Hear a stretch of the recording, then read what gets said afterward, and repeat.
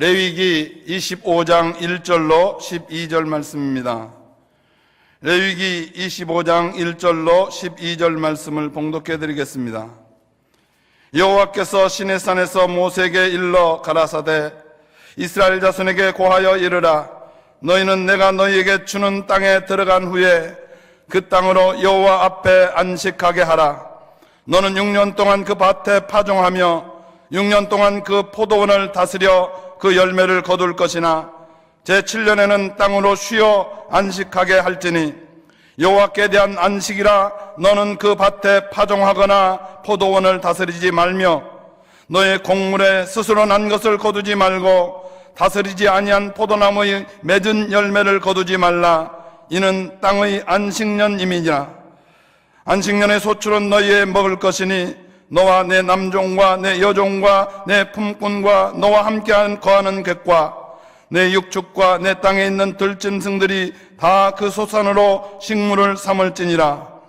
너는 7 안식년을 계수할지니 이는 7년이 7번인 즉 안식년 7번 동안 곧 49년이라.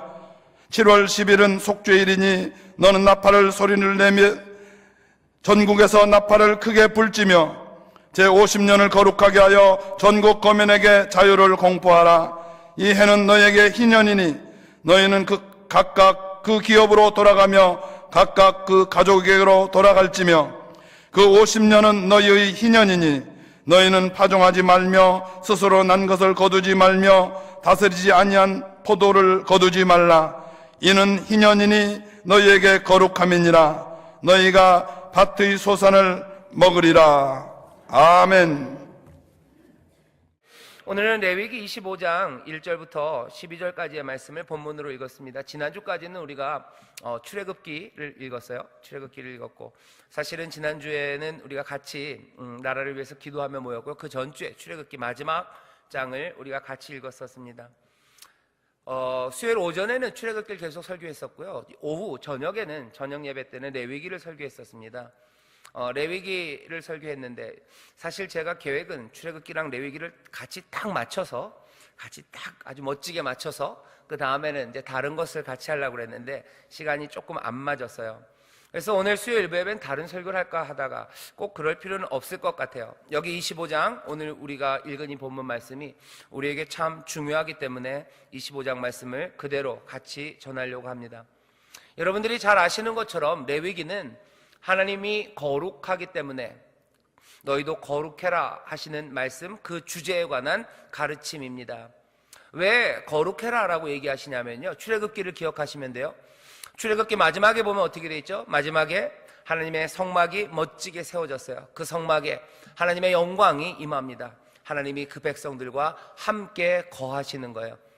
함께 거하시는 여호와 하나님은 어떤 하나님이냐? 거룩한 하나님이에요. 모든 것들이 제대로 준비됐어요. 하지만 그 거룩한 하나님이 이 백성들과 함께 거하기 위해서는 이 백성들이 거룩해야만 합니다. 안 그러면 거룩한 하나님이 임하셨지만 같이 계실 수가 없어요. 하나님이 우리에게 거룩하라고 하시는 이유는 뭐냐면요, 다른 거 아닙니다. 하나님이 우리를 사랑하셔서 그래요. 하나님이 우리와 함께 계시고 싶으셔서 그러는 거예요. 함께 계셔야 우리가 복을 누리고 함께 계셔야 우리가 하나님의 보호하신 가운데 정말로 풍성한 삶을 살 수 있습니다. 하나님이 떠나시면 이건 어려워요. 한데 하나님이 우리와 함께 거하시기 위해서는 우리에게 요구하시는 게 있어요. 내가 거룩하니 너희도 거룩해라. 왜? 너희가 거룩해야 내가 너희와 함께하고 내가 너희와 함께하는 삶이 우리에게 훨씬 더 복되고 풍성하기 때문입니다. 하나님이 멀리 계셔도 상관은 없어요. 사실은, 그렇죠? 까짓것 하나님이 멀리 계시면 어떻습니까? 하나님도 우리를 사랑하지 않는다면 멀리 계신다고 뭐가 문제가 되겠습니까? 떨어져 사는 사람들이 얼마나 많습니까? 하지만 하나님은 이 백성들 가운데 함께 그 가운데 거하고 살고 싶으신 거예요. 함께 거하며 살기 위해서는 준비되어야 될 게 있습니다. 거룩한 하나님은 그래서 함께 하려는 그 백성들에게 거룩함을 요구하죠. 구약에서만 그런 거 아닙니다. 신약에 보면 고린도전서에서 그런 말씀 참 많아요. 너희는 알지 못하냐? 너희 몸이 하나님의 영, 성령이 거하시는 성전인 것 알지 못하냐? 그러니 어떻게 하라고요? 너희 몸을 거룩하게 지키래요. 한 개인의 육체뿐만 아니라 교회를 향해서도 말합니다. 하나님의 영이 너희 가운데 거하지 않냐. 그러니 너희 교회, 너희는 하나님의 성전인 것 기억하며 거룩하게 지켜야 돼요. 거룩하지 않으면 거하실 수 없습니다. 물론 하나님이 은혜로 참으실 때 있어요. 목표는 뭐예요? 우리의 거룩함입니다. 하나님이 잠깐은 참으세요. 그리고 격려하고 설득하고 거룩한 길을 알려주시고, 또 거룩한 길로 가지 않을 때는 약간 야단도 치시고, 또 거룩한 길로 갈 때는 칭찬도 하시며 우리를 거룩하게 만드실 거예요. 물론 그 과정 가운데 우리의 거룩함이 온전하지 않은 시간들이 있겠으나 하나님이 우리에게 바라시는 것은 거룩함입니다. 사람들은 그렇게 얘기하는 사람들이 있어요. 사람이 어떻게 거룩해집니까?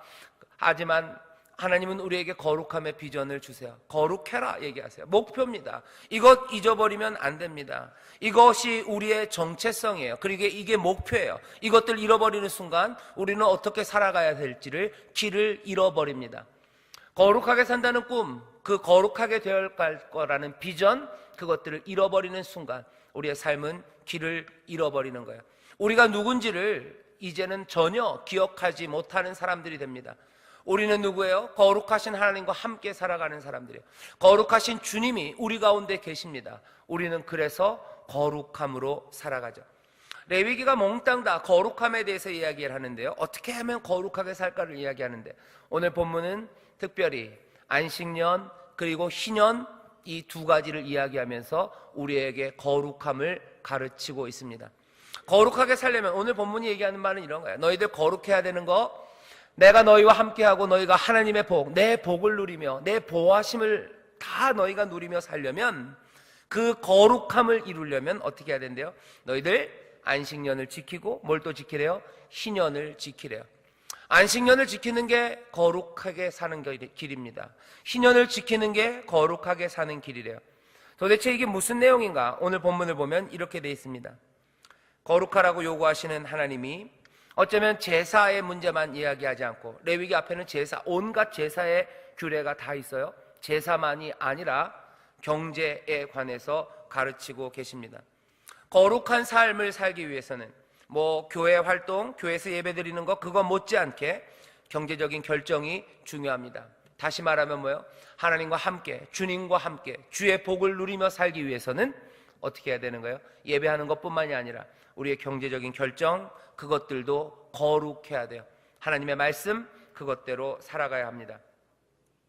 1절부터 7절까지는 안식년에 대해서 얘기해요. 아주 간단합니다. 안식년은 6년 동안 열심히 일하래요. 6년 동안 너희들 심고 포도원 가꾸고 경작하고, 그래서 하나님이 주신 은혜, 하나님이 주신 땅에서 그것들 마음껏 누리래요. 그 대신 제7년째가 되면 그 땅을 경작하지 말랍니다. 심고 가꾸고 거기서 많이 얻기 위해서 애쓰고 수고하지 말래요. 7년째 되는 그 해에는 이건 여호와께 대한 안식이랍니다. 4절에 보면 제7년에는 땅으로 쉬어 안식하게 할지니 여호와께 대한 안식이라. 너는 그 밭에 파종하거나 포도원을 다스리지 말며. 씨 뿌리려고 애쓸 필요도 없고, 그것들 어떻게 더 열매 많이 맺으려고 포도원 가꿀 필요도 없대요. 그냥 내버려 두랍니다. 경작 1년 동안 중단하는 거예요. 그러면은 그 땅에서는 뭐가 나오겠습니까? 뭐가 나오기는 나와요. 그런데 전에 농사 짓던 것처럼 그렇게 풍성하게 나오지는 않습니다. 수박밭 그냥 놔두면 수박이 열리긴 열려요. 그런데 잡초도 많고 뭐도 많으니까, 가지치기도 않으니까 수박이 이만큼씩 열리던 것들이 그냥 놔둔 밭에서는 마냥 요만하게 열릴 겁니다. 딸기 마찬가지요. 포도 별것 아닌 것처럼 열릴 거예요. 가꾸지 않았기 때문에 또 아무나 와서 먹을 겁니다. 오히려 그렇게 얘기해요. 그 밭 가만히 놔둬라. 5절 보면 너희 곡물에 스스로 난 것 거두지 말고 다스리지 아니한 포도나무에 맺은 열매를 거두지 말라. 이는 땅의 안식년이라. 안식년의 소출 나오는 것들이 그래도 있을 겁니다. 그건 너희의 먹을 것이니 너만 먹는 거 아니에요. 네 종과 네 여종과 네 품꾼과 너와 함께 거하는 객과 네 육축과 네 땅에 있는 들짐승들이 다 그 소산으로 식물을 삼을지라. 아무것도 농사 안 지었기 때문에 별로 나오는 건 없을 겁니다. 그래도 나오는 거 있으면 먹어라 하는 거예요. 먹어라. 너희도 먹고 너희 있는 종들도 먹고, 아니면 너희들에 있는 손님들도 먹고, 들짐승도 먹고, 누구라도 가축도 그냥 다 먹게 내버려 둬라. 이게 여호와께서 시내산에서 모세에게 하신 말씀이에요. 이스라엘은 이제 안식년을 지킵니다. 6년 동안 열심히 일하고 그리고 1년 동안은 밭을 가꾸지 않아요.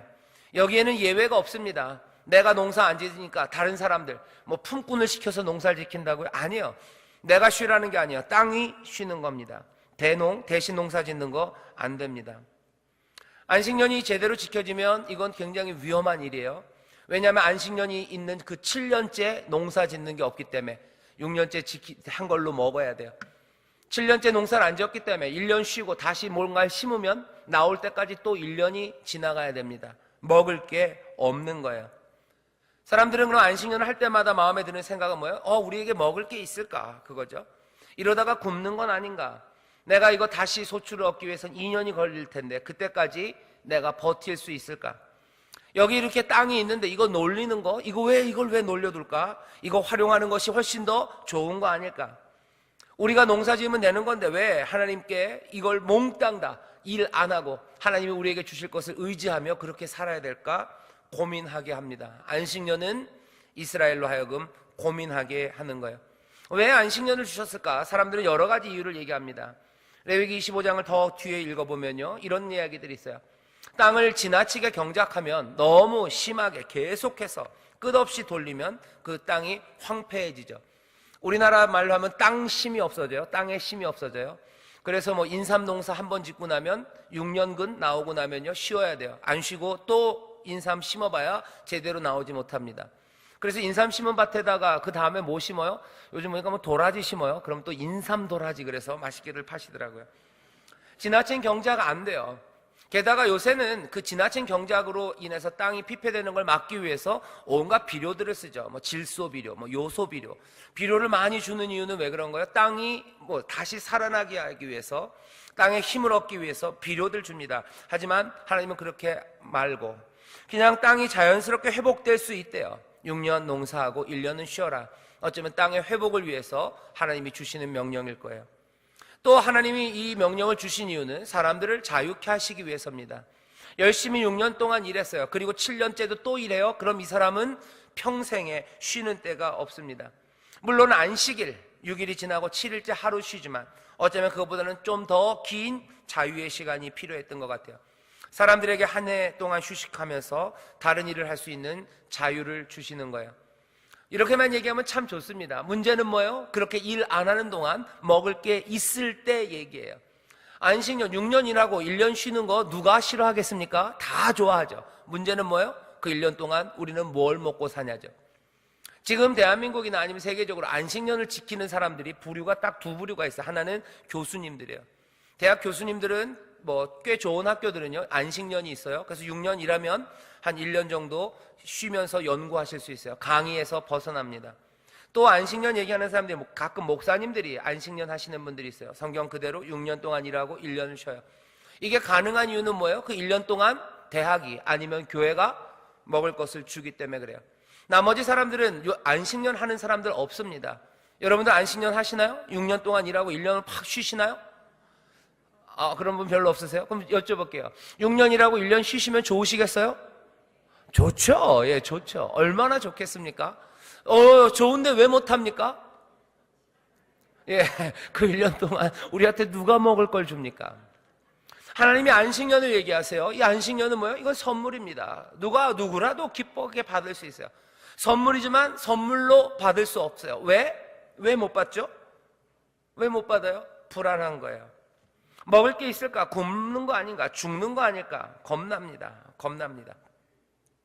이스라엘에게 이 말씀을 주셔요. 이스라엘 민족들은, 이 백성들은 이 말을 그대로 믿었을까? 성경학자들은 그런 얘기들 해요. 안식년이 제대로 지켜졌을까? 아마 지키려고 애쓴 흔적들도 있고 아마 안 지켰을 수도 있겠다라는 여러 가지 의견들이 있어요.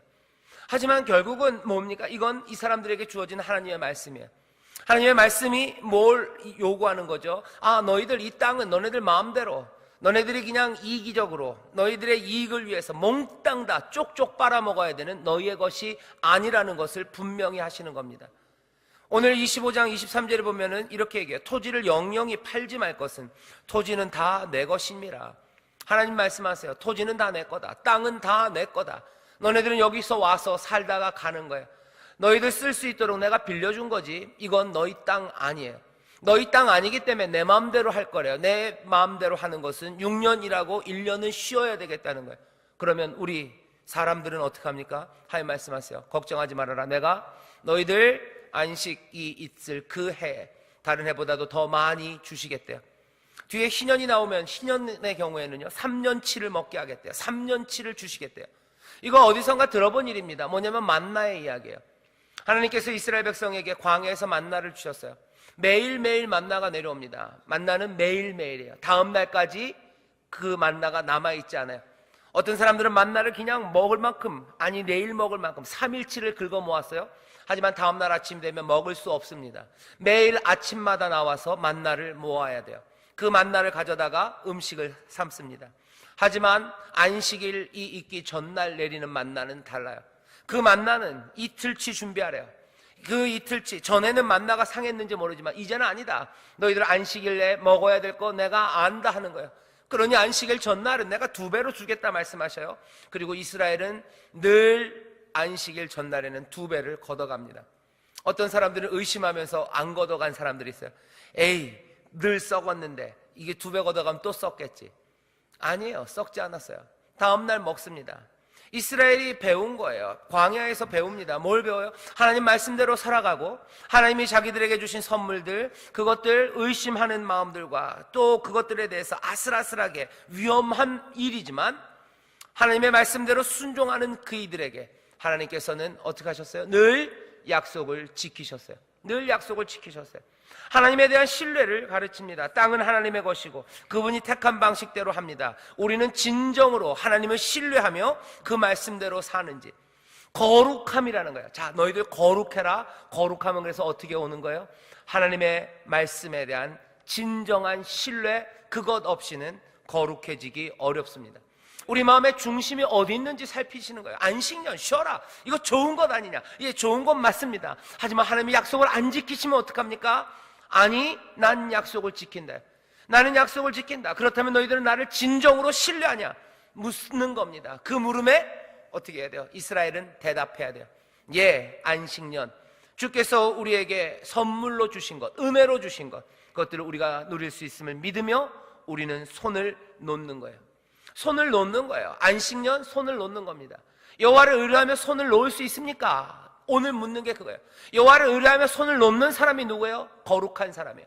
여호와를 의뢰하며 손을 놓는 사람이 어떤 사람이에요? 여호와 하나님, 우리 주님과 함께 동행하며 주의 복을 누릴 수 있는 사람이에요. 내가 끝까지 붙잡고 있으면 내 복으로 살아갈 겁니다. 하지만 그 내 복이라는 것, 내 능력이라는 건 별거 아닐 겁니다. 주님이 주시는 것들로 사는 겁니다. 그러려면 어떻게 해야 돼요? 신뢰함으로. 주가 놓으라고 하실 때 놓는 거예요.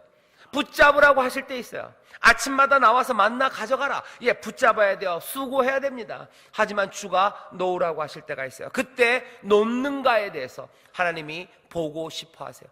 땅을 아름답게 만들려는 의도도 있어요. 예, 그러니 우리 환경 보호해야 됩니다. 하지만 더 어쩌면 큰 의미는 우리는 주를 의뢰하며 사는 거예요.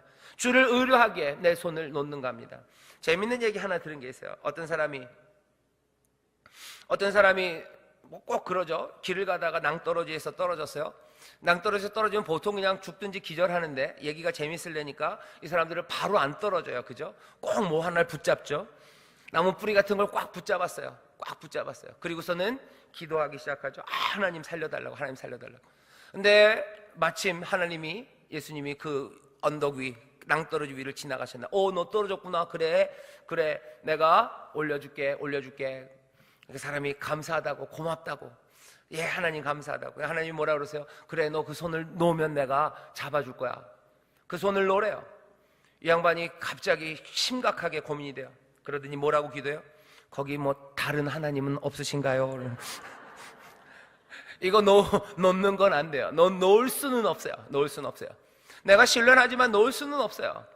오늘 우리 이 레위기가 우리에게 말하는 겁니다. 거룩해라, 너네들. 나와 함께 살기를 원하는 사람 거룩해라. 나와 함께 살기를 원하는 사람들, 그 백성들은 안식년을 지켜라. 나와 함께 내 복을 누리고 싶은 사람들은, 그 사람들은 나를 신뢰함으로 그것들을 놓으라고 얘기해요. 하지만 세상은 반대로 얘기하죠. 세상은 뭐라고 얘기합니까? 하나님을 신뢰하지 않아요. 그래서 우리가 붙잡고 있는 것들을 절대로 놓지 않으려고 합니다. 그냥 놓지 않으려니까 창피한 거예요. 그쵸? 그러니까 뭐라고요? 말들을 바꿔요. 말들을 바꾸면서 그런 식으로 하는 거죠. 우리들이 말을 바꾸는 것들이 이런 거 있어요. 무슨 사람들을 질투하는 마음들이 얼마나 많은지 몰라요. 남들보다 더 많이 갖고 싶어요. 이거 시기심입니다. 이거 질투입니다. 하지만 이걸 뭘로 바꾸나요? 이걸 야망이라고 바꾸나요? 또 뭐라고? 게다가 앞에다 뭐라고 붙여요? 거룩한 야망이래요. 거룩한 야망이라는 말로 사실은 남들보다 더 잘 되고 싶어하는 시기심과 질투를 다 포장합니다. 그래놓고 어떻게 해요? 그래놓고 이 시기심 이것을 놓지 않는 거예요.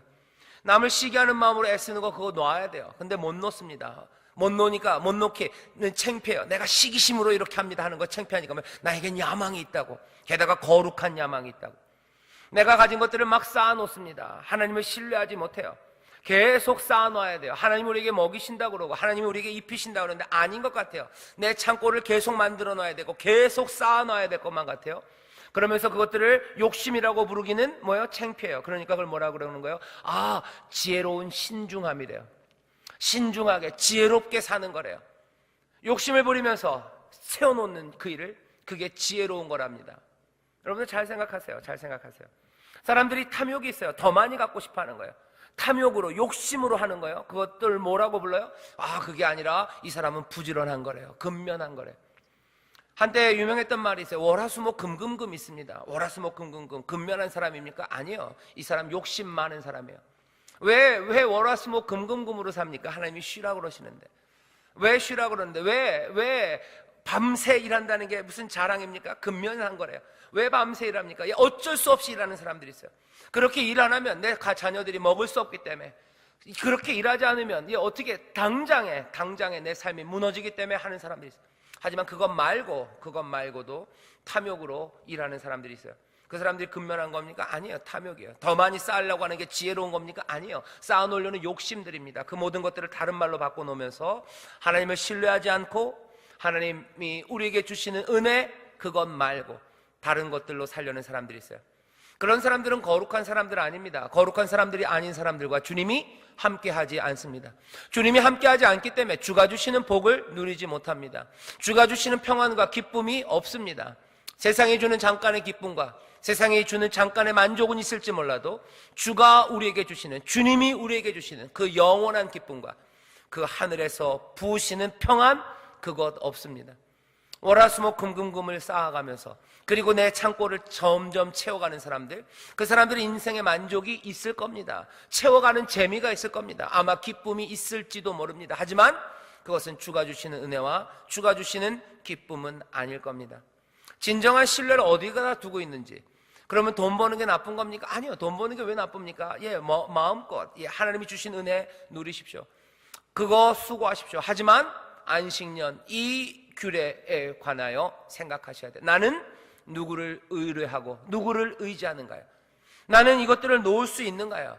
난 이것들을 놓고도 얼마든지 살아갈 수 있나? 왜? 내 삶은 주가 인도하시는 것이기 때문에, 내 삶은 주가 채우시는 것이기 때문에 난 이거 없이도 얼마든지 맞습니다 라고 생각하며 살아가는 사람들, 그 사람들이 하나님의 백성이에요. 우리의 정체성은 그런 사람들. 이것 없어도 얼마든지 우리의 은혜 주시는 주님과 우리를 채우시는 하나님의 놀라우신 능력, 그것으로 산다고 우리는 믿고 살아가는 사람들인 줄 믿습니다. 안식년이 그래요. 희년은 뭡니까? 여기 8절부터 나오는 희년은 더 놀라워요. 안식년이 7번 지나가요. 그럼 77이 49예요. 안식년 마지막 7번째 안식년이 지나고 그 다음에 50년째 되는 해, 그 해는 희년이래요. 기쁨의 해예요. 기쁠 희자입니다. 그리고 또 이때는 은혜의 해예요. 은혜로운 해입니다. 이날 이 해가 되면 50년이 되면 놀라운 일이 벌어진대요. 이 희년은 어떻게 시작되냐면 7월 10일 대속죄일서부터 시작됩니다. 대속죄일은 뭐예요? 이스라엘에는 모든 죄가 하나님 앞에서 용서받는 그날이에요. 1년에 한 번씩 이스라엘은 몽땅 다 하나님 앞에 나옵니다. 그리고 대제사장은 염소를 잡아서 어떻게 해요? 그 피를 들고 하나님의 성소, 그 지성소, 속죄소, 거기에 그 피를 뿌려요. 그리고서는 하나님 앞에 이스라엘 모든 민족의 죄의 용서함을 받는 날이 대속죄일이에요. 이날은 나팔을 불러요. 쫙 나팔을 붑니다. 그런데 희년은 언제 시작돼요? 50년째 되는 그 대속죄일. 하나님이 우리의 죄를 다 깨끗게 하시고 자유케 하시고 해방하는 그날, 매해는 아닙니다. 50년에 한 번, 그 해, 그 나팔이 부는 그 희년에는 어떤 일이 생겨요? 모든 종됐던 사람들은 자기의 땅으로 돌아가요. 모든 빼앗겼던 것들이 다 회복되는 거예요. 묶여 있었던 사람들은 자유케 됩니다. 어떤 의미냐면 이런 거예요. 이스라엘도 한 형제들, 한 동족이 같이 살지만 여러 가지 경제적인 이유 때문에 자기들의 재산을 팔아야 되는 사람들이 있어요. 빚을 져서 자기의 땅을 팝니다. 자기의 땅 여호와의 것이라 팔 수 없는데도 팔아요. 어쩔 수 없어요. 팔아요. 땅을 팔기도 하고 더 어려우면 어떻게 돼요? 자기 몸을 파는 거예요. 자기 몸을 팔아서 종이 되기도 해요. 땅을 파는 사람들은 그냥 품꾼으로 살 겁니다. 자기 몸을 판 사람은 어쩌면 종처럼 살아가야 될 거예요. 열심히 벌어서 갚느라고 갚지만 못 갚는 사람들이 있어요. 그럼 어떻게 돼요? 이 사람들은 평생에 종으로 삽니까? 종의 자녀들은 종으로 살고 품꾼의 자녀들은 그렇게 아무것도 가진 것 없이 그렇게 삽니까? 아니요. 하나님이 말씀하세요. 그렇게 살 수 없다 하는 거예요. 너희들의 종으로 묶여있던 사람들, 너희들의 가난 때문에 아마 빼앗긴 땅들, 그 재산들 몽땅 다 되찾는 날이에요. 희년의 나팔이 불면 모든 종들은 자유함을 얻습니다. 빼앗겼던 재산들은 원래 주인들에게로 다시 다 돌아갑니다. 다 돌아가는 거예요. 그 은혜해, 그 해를 공포하래요. 이스라엘은 이 희년을 지키라고 말씀하십니다. 놀랍죠? 놀랍죠? 여기도 마찬가지예요. 사람들이 막 머리를 싸매요. 이런 희년을 정말 이스라엘이 했었을까? 사람들마다 아마 했었을 거다. 아니, 이렇게 하진 못했을 거다. 온갖 이야기들이 있어요. 하지만 이스라엘은 늘 이 희년이 뭔지를 압니다. 때로는 자기들 욕심 때문에 희년대로 잘 못할 때 많아요. 하지만 이 희년이라는 여호와의 뜻, 하나님의 뜻, 거기에 맞추려고 몸부림치기도 하고 그것 때문에 야단 맞기도 하고 또 이 소망을 마음에 품고 살아가는 거예요. 이 희년의 귀한 역사를 통해서 우리가 배워야 될 게 참 많습니다. 여러분의 이 희년은 우리에게 가르쳐주는 게 많아요. 무엇들을 가르쳐줍니까? 가장 중요한 건 이거 같아요. 탐욕에 대한 제어입니다. 욕심을 멈추게 하는 거예요. 하나님이 우리 가운데 거하시기 위해서, 하나님이 우리 가운데서 예배 받으시고 우리가 하나님의 복을 누리기 위해서는요, 여러 가지 것보다 탐욕의 문제가 심각합니다. 오늘 설교의 제목이에요. 거룩함과 경제예요. 우리가 하나님과 함께 살고 하나님의 복을 누리고 하늘의 기쁨과 평안을 누리기 위해서는요, 어쩌면 경제적인 문제가 해결돼야 됩니다. 그 중에서도 경제적인 문제 밑바탕에서 흐르고 있는 탐욕의 문제예요. 욕심의 문제예요. 희년은 탐욕을, 욕심을 제어하는 거예요. 막아서는 겁니다. 50년 동안은 어쩌면 욕심대로 자기들의 잘못 아니면 그것 때문에 더 부요함 이런 것들 만들어 갈 거예요. 그렇지만 50년이 되면 어떻게 돼요? 다 제자리로 돌아가요. 이 얘기는 끝없이 부자가 될 수 없습니다. 가난한 사람들은 끝없이 가난해지는 그 구렁텅이 그런 건 없어요. 빈부의 격차죠. 누구는 계속해서 부자가 되고 누구는 계속해서 가난해지는 거. 이거 멈춰 쓰는 거예요. 50년이 되면 다시 제자리로 돌아옵니다. 이 얘기 뭐예요? 적어도 사람들은 일생에 한 번은, 일생이 50년은 될 겁니다. 일생에 한 번은 다시 내 자리로 찾아가, 내 자리로 돌아갈 기회를 하나님이 주시는 거예요. 내 가문의 일생에 한 번은 몽땅 다 제자리로 돌아갑니다. 부자는 계속해서 더 부자가 될 수 없어요. 가난한 사람들은 계속해서 가난해지는 그 일들을 막으시려고 해요. 신년을 하나님이 말씀하실 때 이스라엘과 하나님의 백성들은 이런 말씀을 하나님께로부터 듣는 거예요. 이런 말씀을 듣는 거죠. 이 땅의 정의, 그것들을 촉진하라는 요구입니다. 하나님이 가난하고 궁핍한 사람들, 그 사람들 지금 보살피시는 거예요. 가난해서 뺏겼어요. 그죠? 가난해서 묶였습니다. 가난해서 가진 게 아무것도 없어요. 가난해서 공경에 처했어요. 이 사람들을 향한 실제적인 방법들, 회복의 방법들을 이스라엘에게 지금 주시는 거예요. 가난한 사람들에게 긍휼을 베풀라고 요구하시는 겁니다. 경제적으로 취약한 사람들, 그 사람들 끝까지 이용해 먹지 말라고 얘기하시는 거예요. 형제가 다른 형제를 노예 상태로 만들면 안 됩니다. 종들 무자비하게 대하면 안 됩니다. 소수의 사람의 손에 재산이 집중되고 그것들이 점점 벌어지는 것 안 됩니다. 빚은 절대로 탕감될 수 없다. 이런 생각에 대해서 하나님 뭐라 그러시는가? 반대하시는 거예요. 요즘 그런 얘기를 많아요. 빚은 끝까지 갚아야 되는 거래요. 빚은 탕감되면 안 된다고 얘기합니다. 아니, 하나님은 말씀하세요. 빚은 탕감되는 거예요. 적어도 50년에 한 번은 모든 빚이 탕감됩니다. 빚은 탕감될 수 없다는 신념에 반대하시는 거예요. 사람들은 그러죠. 이거 그럼 신념은 공산주의입니까? 이거 사회주의입니까? 아니요, 달라요. 공산주의는 뭐라고 얘기해요? 소유, 소유권이에요. 프로퍼티, 소유권을 반대하는 거예요. 몽땅 다 같이 한 개인이 갖는 거에 대한 반대예요. 하지만 레위기 여기 이 하나님은 뭐예요? 갖는 것에 대해서 반대하지 않습니다. 가지래요. 뭐에 대해서 반대하는 거예요? 재산을 잃는 것, 잃어버리는 것에 대해서 반대하는 거예요. 영원히 잃어버릴 수는 없다. 다시 찾아져야 된다. 그것이 하나님이 지금 말씀하시는 겁니다. 우리의 삶 가운데서 다시 한번 깊이 생각하셔야 돼요. 왜 하나님은 이 이야기를 하시나? 가난하고 어려운 사람들에 대한 긍휼함입니다. 긍휼함, 그 긍휼함이 말로만의 긍휼함이 아니에요. 이 거룩함은 어떻게 해요? 가난한 사람들을 제자리로 찾아올 수 있게 만들어주는 겁니다. 사회 전체가 그렇게 할 수 있다면 제일 좋아요. 사회 전체가 그렇게 할 수 있는 법을 만들면 제일 좋아요. 물론 탕감하는 법들이 있어요. 파산하는 법률이 우리나라에도 있습니다. 그것들을 이용해 먹는 사람들이 있어요. 그런 사람들은 이건 진짜 나쁜 사람들이에요.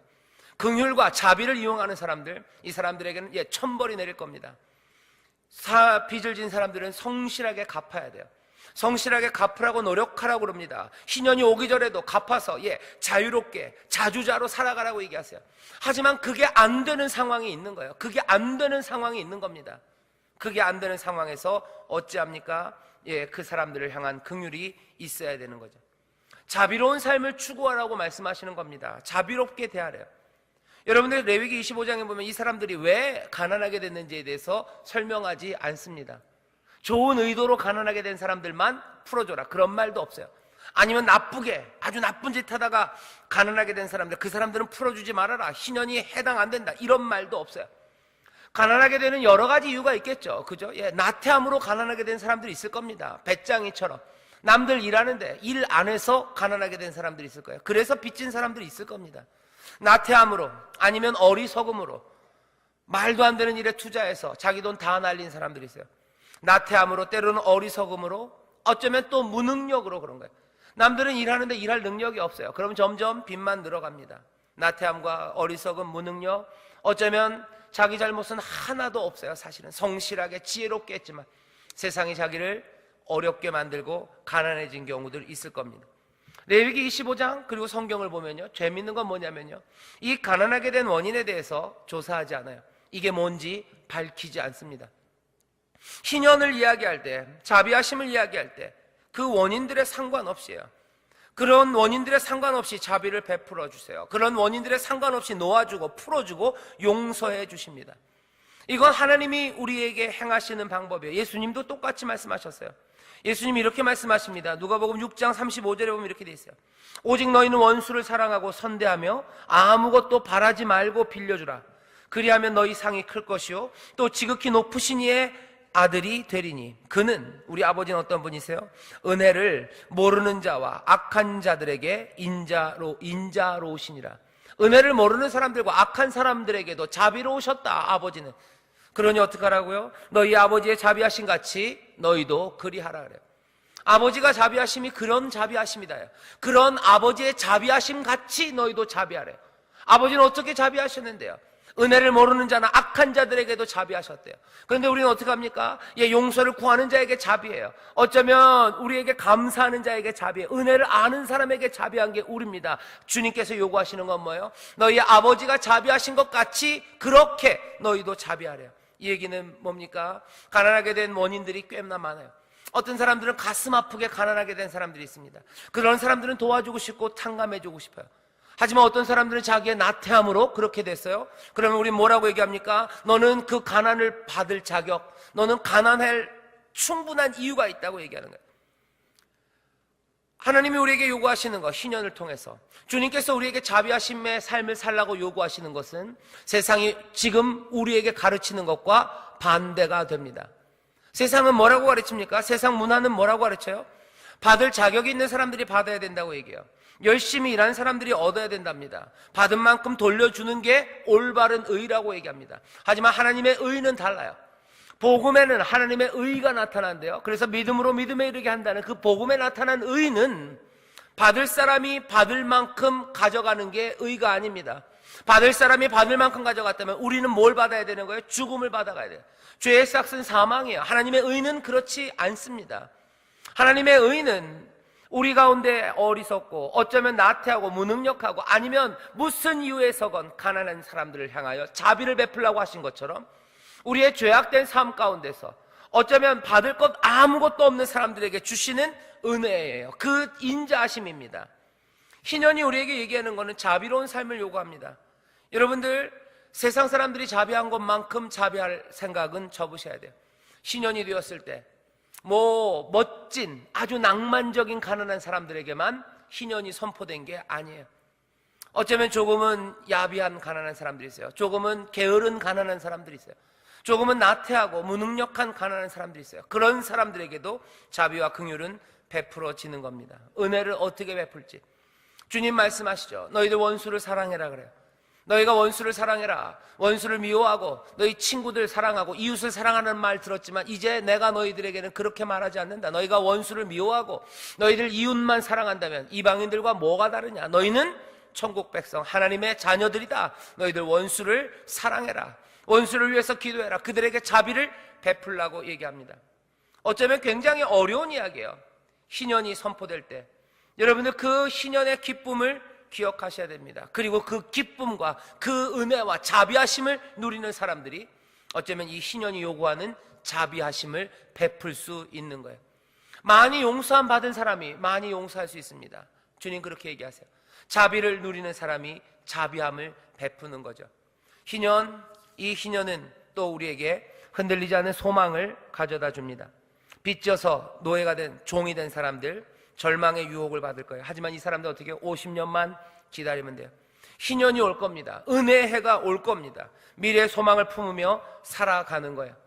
여러분들 희년을 이야기하면서 우리가 다시 한번 소망을 생각해야 합니다. 낙심과 의심을 불러일으키는 온갖 경험들이 우리 주변에 가득해요. 우리 주변을 바라보면 낙심할 일들과 의심할 일들만 있습니다. 하지만 오늘 여호와 하나님께서 희년을 선포하세요. 장래 일들입니다. 소망을 우리에게 말씀하십니다. 그렇기 때문에 환난들, 우리 주변에 있는 여러 가지 어려운 일들 가운데도 우리는 낙심하지 않고 하늘의 기쁨으로 즐거워할 수 있어요.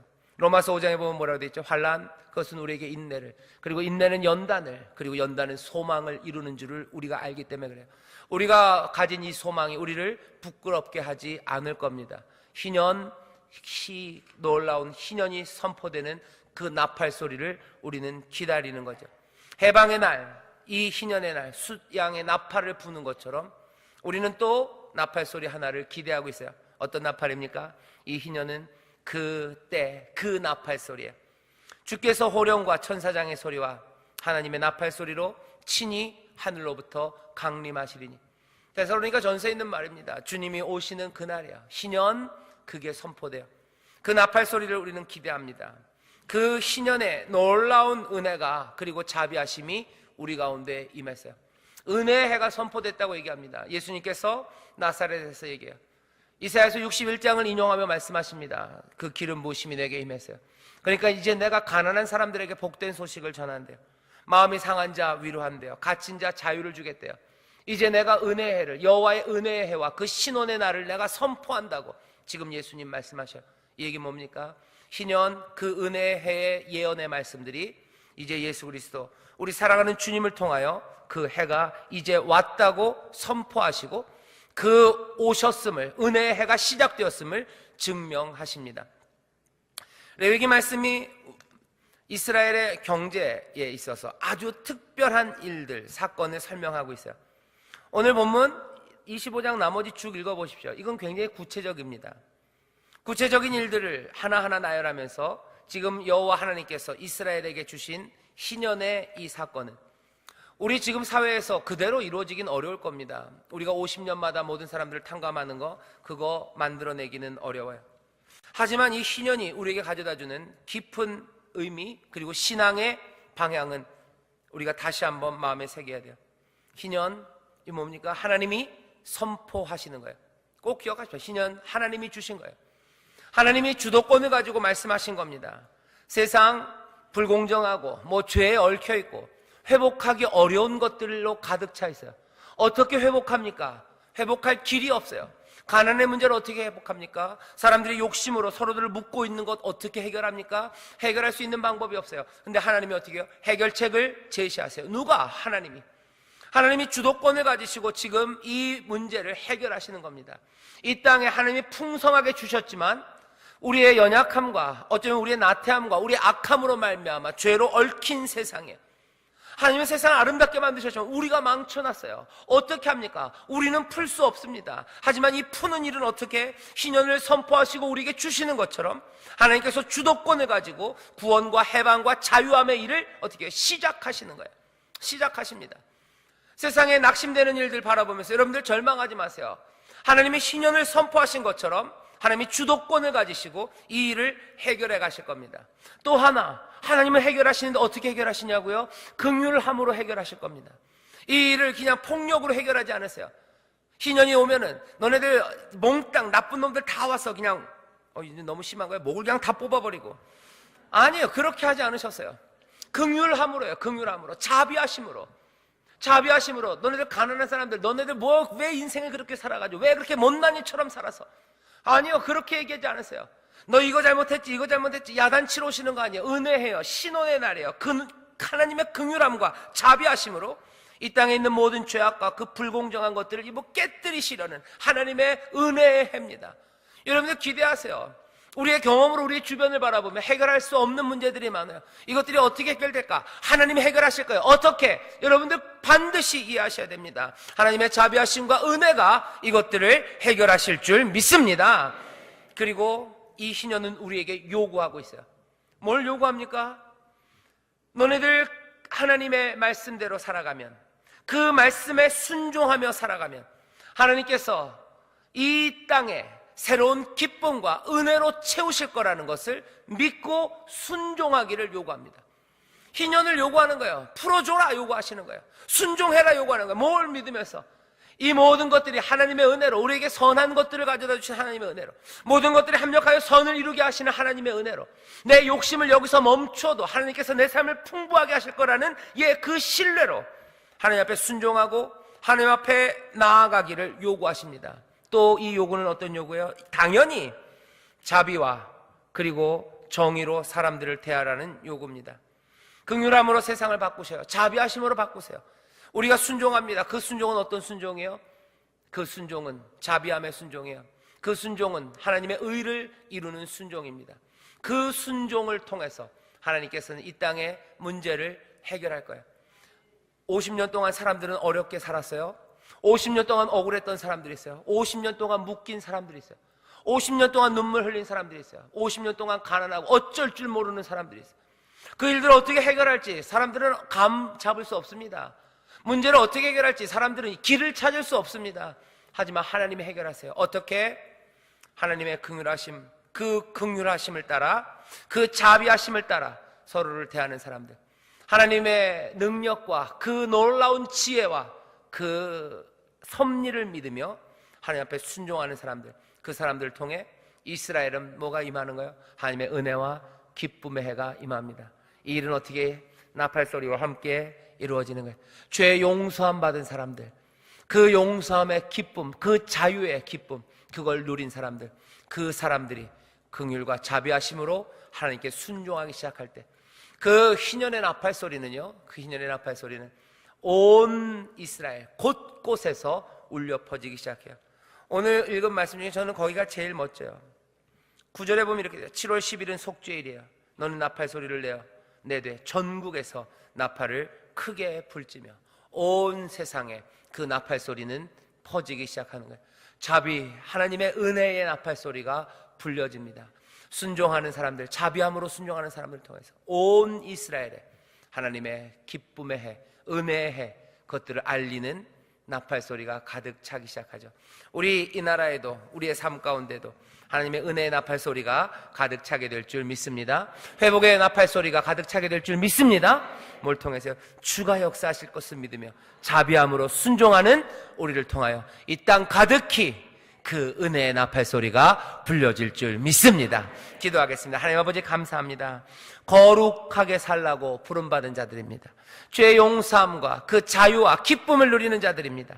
다시 한번 우리 사랑하는 주님을 의지하며 자비함으로 대하는 순종 하나하나를 통하여, 긍휼함으로 대하는 순종을 통하여 우리 아버지가 자비하신 것처럼 우리도 자비한, 또 우리도 은혜를 베푸는 그 순종을 통하여 이 땅에 하나님 기쁨과 자유의 나팔소리가 가득 차며 하나님 해방의 나팔소리가 가득 차게 될 줄 믿사오니 주여 모든 묶여있는 것들이 풀어지며 흉악의 결박들이 다 끌어지며 아버지의 압제의 사슬이 끌어지고 모두가 다 기뻐하고 주 앞에서 즐거워하고 함께 은혜를 누리는 복된 나라 복된 삶이 되게 하여 주옵소서. 감사드리며 예수님 이름으로 기도드리옵나이다. 아멘.